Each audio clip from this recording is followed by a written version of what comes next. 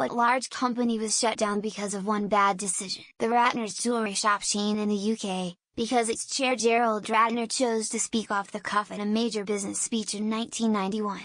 We also do cut glass sherry decanters complete with 6 glasses on a silver-plated tray that your butler can serve you drinks on, all for £4.95.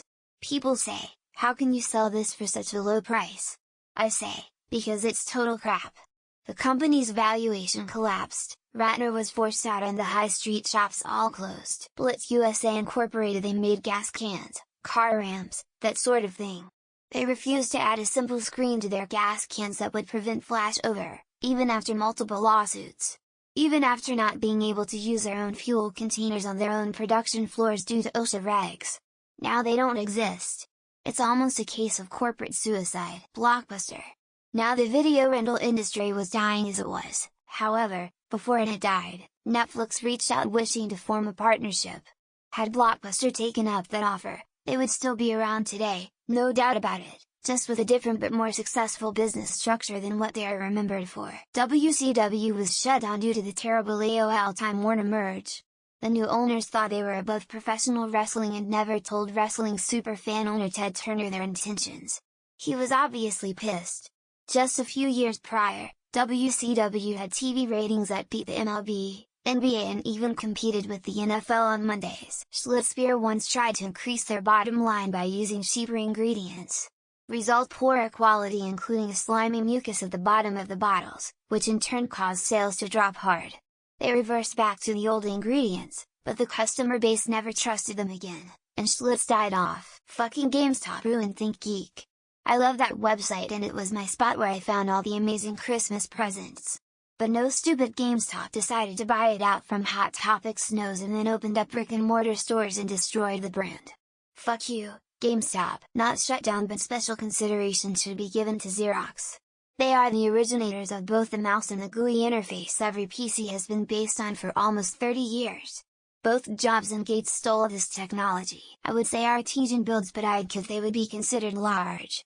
Refused to give prize to winner of a sweepstakes because their Twitch following wasn't big enough. Fantastic, which is the company behind the game The Day Before, which was pretty much a massive scam and wasn't the game shown in trailers.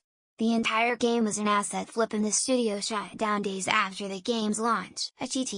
Companies which had many structural issues in the face of a changing landscape for their business or had previously been on a long downward trajectory being cited as cases where one bad decision did them in. Radio Shack trying to compete with Best Buy and bigger ticket consumer electronics rather than sticking to what they did best. I worked there in the early mid-00s and you could feel the downfall as it was happening. A radio station I used to listen to recently changed their format from 80 Music, 20 Talk Show to 100 Talk Show. Then they were like, oh, you can still listen to the music but it's only going to be on our app. Sears refused to expand into e-commerce despite them fully having the capacity to do so in the early 2000s. Same could also be said of Blockbuster and their refusal to embrace streaming video. Baring Spank let an absolute idiot by the Nick Leeson run the Singapore office, then gave him enough money and no oversight that he single-handedly bankrupted the entire company. Barings Bank was around on the 1700s until the 1990s when some kid in Singapore made a trade that cost them $1 billion US.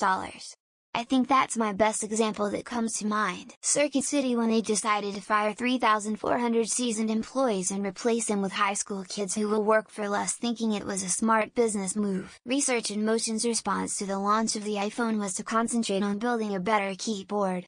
For details, see the book Losing the Signal. They say they would have died anyway, but Circuit City fell much faster after they no longer allowed their staff to get commissions on their sales. Nokia Mobile Division, when they decided to ditch their own software and turn to Windows Phone. Dead in 2 years. Radio Shack failed because they failed to modernize and remains relevant as most electronic stores shifted online. Arthur Andersen, a ginormous accounting firm, went bankrupt because they cooked the books for Enron. While my guitar gently weeps, I miss Fry's. MySpace. Whatever they did with the servers that had all our old profiles, pics, and chats. None. That's not how large companies fail.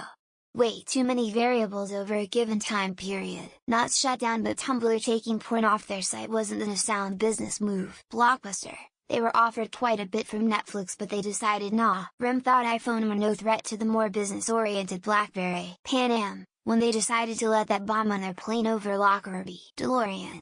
Drug cartel money laundering side business the CEO had. Schlitz Bear. Big Bear brand through the 70s, changed their recipe. BlackBerry had killer phones but never adapted to smartphone era. Gerald Ratner. Eastman Kodak's decision to not get into digital come to mind.